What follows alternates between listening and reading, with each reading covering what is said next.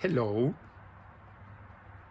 This is a perfect moment for today's reflection. Today we are reflecting, today and the next 12 days, during these 13 days, this Baker's Dozen, we will reflect on Ackbal,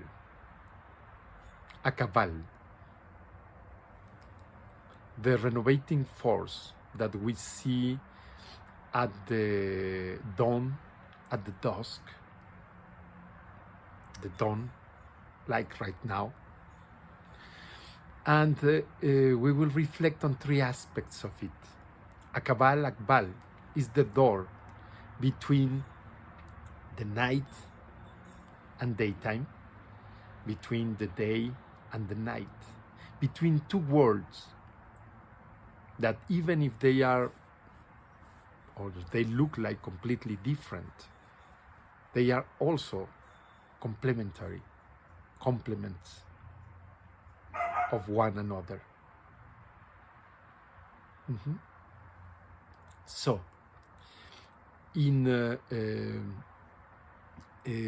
will reflect on three aspects of Ackbal. The first one is the polarity, but not the polarity as we see them today. The polarity in the essence. The second one is the rhythm of life, the rhythm of renovation, the rhythm at which we densified matter, densified light into matter, densified many things into matter, and the opposite, how we transform matter into something different. And the third one is the extremes that touch themselves always, the extremes that are always in contact with one another. So, let's begin.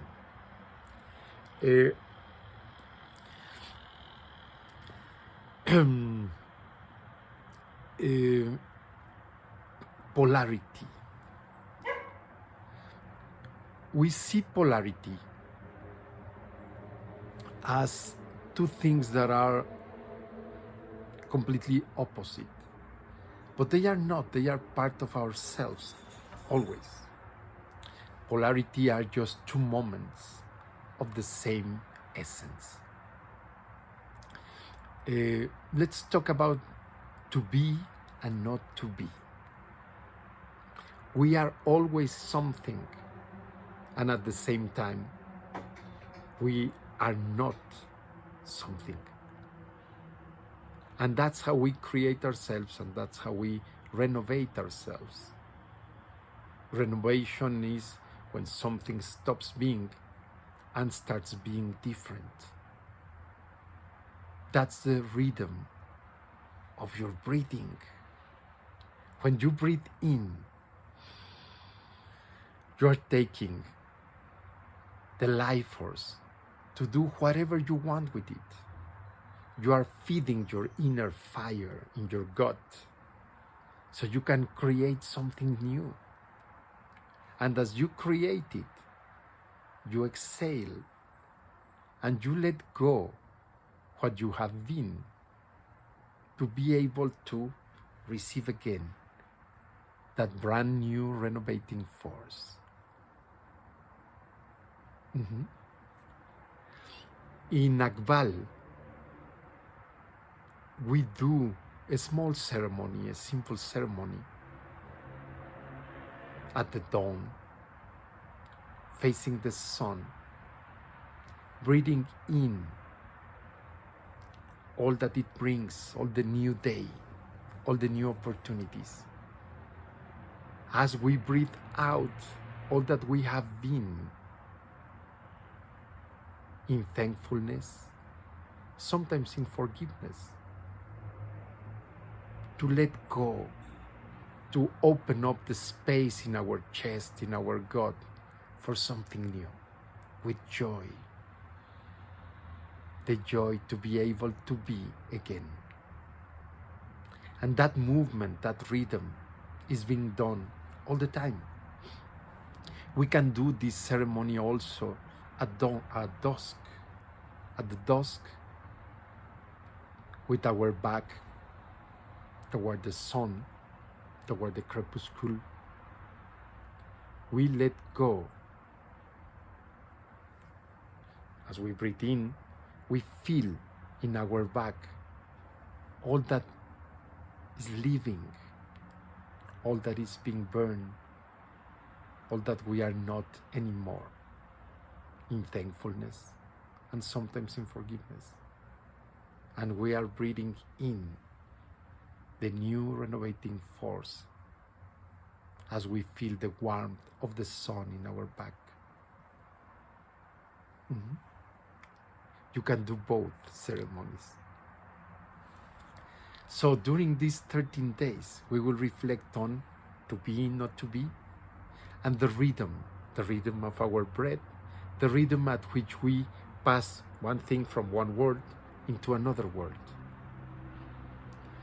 Let's talk about and reflect on the world of our mind. Your mind is a world, like night, like daytime. It's a full dimension. Now, to most people, or many people, like to think that we make our thoughts happen right away, that our ideas, our beliefs may manifest right away. Some are even cautious about what they think because they are afraid that can be manifested, that can be materialized like that. It doesn't happen. The passage between our mind and our physical world goes through a door, a full dimension, our emotional dimension. Our emotions change our bodies. Our emotions are real, although they are not material, but they affect our matter. Each time you feel something, if you feel joyful, a storm, a hormonal storm fills your body. And that emotional storm transforms your physical body.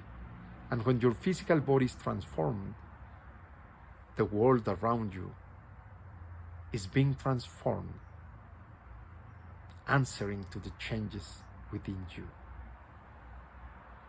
to the joy that you feel, to your sadness, to your doubts, to your anger. When you talk with joy, with enthusiasm, the world around you starts feeling it, sharing it, and making things happen. If at the next moment you feel doubts, then you start dematerializing, you start crumbling what you have already started creating. So we are materializing and dematerializing all the time, creating and destroying all the time. When we are masters, when we understand our mastery, we do it with awareness instead of reactively, instead of destroying what you want without noticing how you are doing it. And that's how we get into the third characteristic, the third aspect we want to reflect on, Ackbal, the extremes. We tend to see our world in extremes. We tend to see our world that separate ideas, separate political movements, separate religions, without understanding that there is always a continuity, that those extremes are always in touch with one another, that they are both expressions of the same. there is a third point connecting all, moving through that line and connecting it from another dimension, our presence. So even if our ideas are different worlds sometimes, and they look like completely opposite, there are more other things that connect us all the time. How we feel. It doesn't matter our political ideas. We feel sadness and joy, anger, pain, peace, pleasure. And we can relate better if we understand that, instead of fighting all the time because of a few ideas that are not even of this world, and they affect in the same way our own realities. So understanding that there is, in those extremes, there is always something that touches, that we are not so different, that there is no division, that there is no separation between men and women, between the right and the left,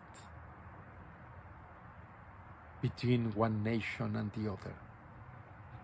We all suffer, we all enjoy, we all feel. Enjoy these 13 days, enjoy this Ackbal Baker's Dozen. See you very soon. I'm preparing some books to release already. One about the mastery of time, about the Tzolkin practice. It will be ready soon, and we will be joining online to practice as we release it. Enjoy these 13 days. See you.